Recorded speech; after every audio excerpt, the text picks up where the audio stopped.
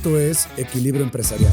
Hablaremos de técnicas de motivación y consejos para tener una mejor salud física y mental. Yo soy José Antonio Rivera y podrás encontrarme en mis redes sociales como José Antonio Rivera B. Sígueme porque juntos la vamos a romper. ¿Cuál es la importancia de los bancos de sangre en el Sistema Nacional de Salud? O sea, ¿cómo lo dirías? ¿Cuál es la importancia de la donación sanguínea, mejor dicho? Ok. ¿Y cómo impacta en los servicios de salud público y privado? La importancia es, como su nombre lo dice, como un banco, que haya sangre en el banco, ¿no? Que esté el stock, ¿no? Esta reserva que podamos tener todos los bancos para que en cuanto haya una urgencia, digamos, X grupo sanguíneo, aquí está tu componente y listo, ¿no? Esa es como la importancia, porque si no hay sangre, yo no puedo surtir la requisición del médico. Entonces, creo que el punto principal de esto es la donación. Lo que tratamos de hacer siempre cuando platicamos con pacientes, con familiares, con amigos, es hacer esa concientización de que la sangre, lamentablemente, no la podemos obtener más que a través de la donación de sangre, ¿no? De la donación, que vayas al banco de sangre, pongas tu granito de arena y dones sangre. La tecnología todavía no llega al punto de que digan, se inventó esta máquina que fabrica sangre y eso creo que sería, o sea, el premio Nobel, o sea, te lo juro.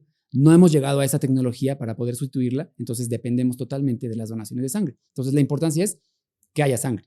¿Cómo impacta?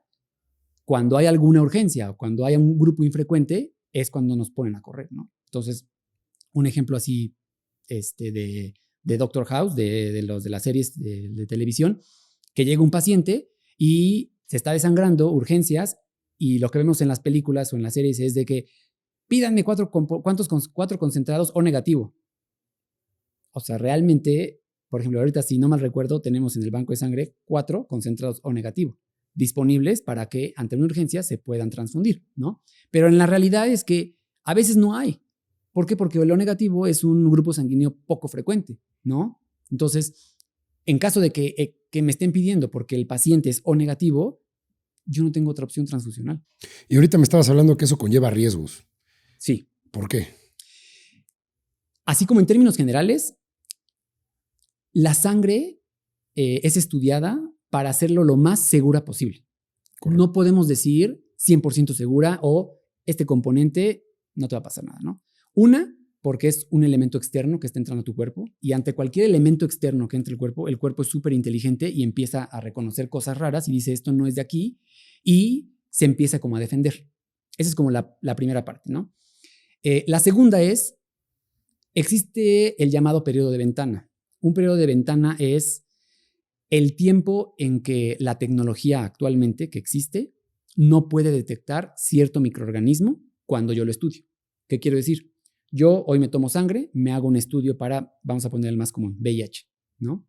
La tecnología que actualmente existe, la más común, es hacer anticuerpos contra el VIH más el antígeno P24.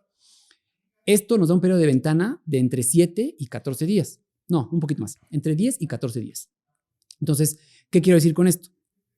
Si yo me tomo hoy mi estudio de sangre para mi estudio de VIH y hace 4 días yo tuve una actividad de riesgo donde, lo más común, una actividad sexual donde a lo mejor no usé protección, es un desconocido, una desconocida, o sea, cualquier situación en donde puedas poner en riesgo o haya esta oportunidad de que pueda haber una transmisión, debido al tiempo tan corto que pasa desde que yo tuve la exposición, 4 días después yo me hago un estudio, me va a salir no reactivo, o sea, negativo.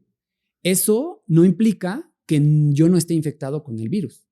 ¿Sí me explicó? Sí, claro. Entonces, este periodo de ventana, pues a lo mejor dices, hay 10 días en promedio. Ahí es súper cortito. Pero realmente uno no sabe, cuando yo te estoy entrevistando, para cuando tú vayas a donar sangre, yo no sé si hace 3 días, hace 4 días, tuviste una actividad de riesgo y me la estás negando con tal de donar.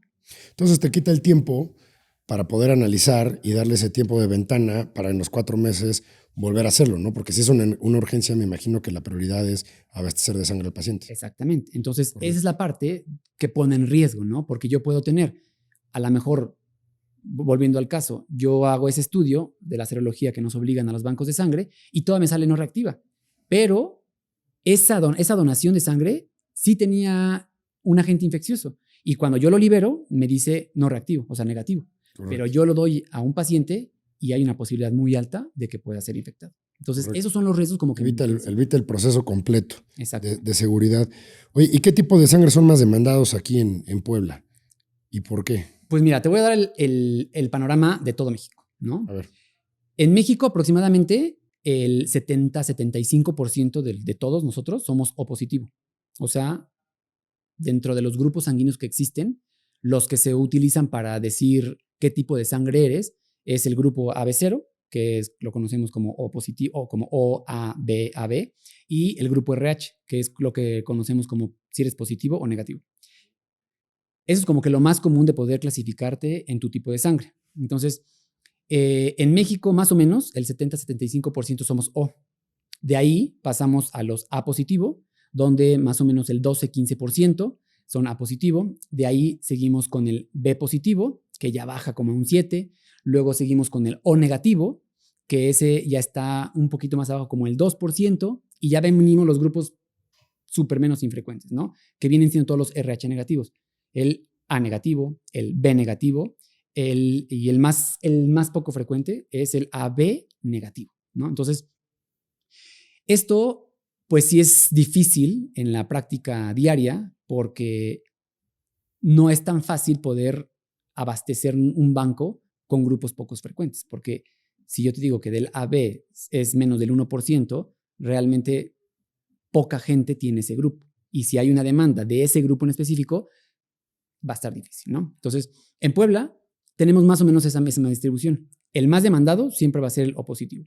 Y también tiene una ventaja. Esto yo no sé si es ciencia, si es alguna creencia que cada quien tenga, pero el O positivo generalmente se puede decir como un donador universal, que no siempre aplica así, ¿no? O sea, porque si tú eres, hablando de concentrados eritrocitarios, o sea, la pura sangre, o sea, lo rojo cuando lo dividimos, si tú eres A, yo te puedo poner O. Si tú eres B, te puedo poner O. Si tú eres AB, te puedo poner O. Esa es como la ventaja. Pero cuando nos piden plaquetas, cuando nos piden plasma, ahí es cuando se complica. Ahí sí no puedo ponerte uno. Te tengo que poner generalmente, para no hacernos bolas, te tengo que poner específicamente el grupo que eres, ¿no? Entonces, si llega un paciente AB y me piden sangre y plasma, por la sangre a lo mejor no hay tanto problema. Agarro un O, se lo pasamos. Pero plasma o plaquetas, tendría que yo buscar un paciente que sea AB, negativo o positivo, para poder hacer ese tipo de solicitud, ¿no? Entonces, eso es como que lo que más nos agobia a los bancos de sangre, que nos lleguen personas o pacientes con grupos infrecuentes. Pero por lo general, lo más solicitado es lo más común, que somos los O positivos. Claro.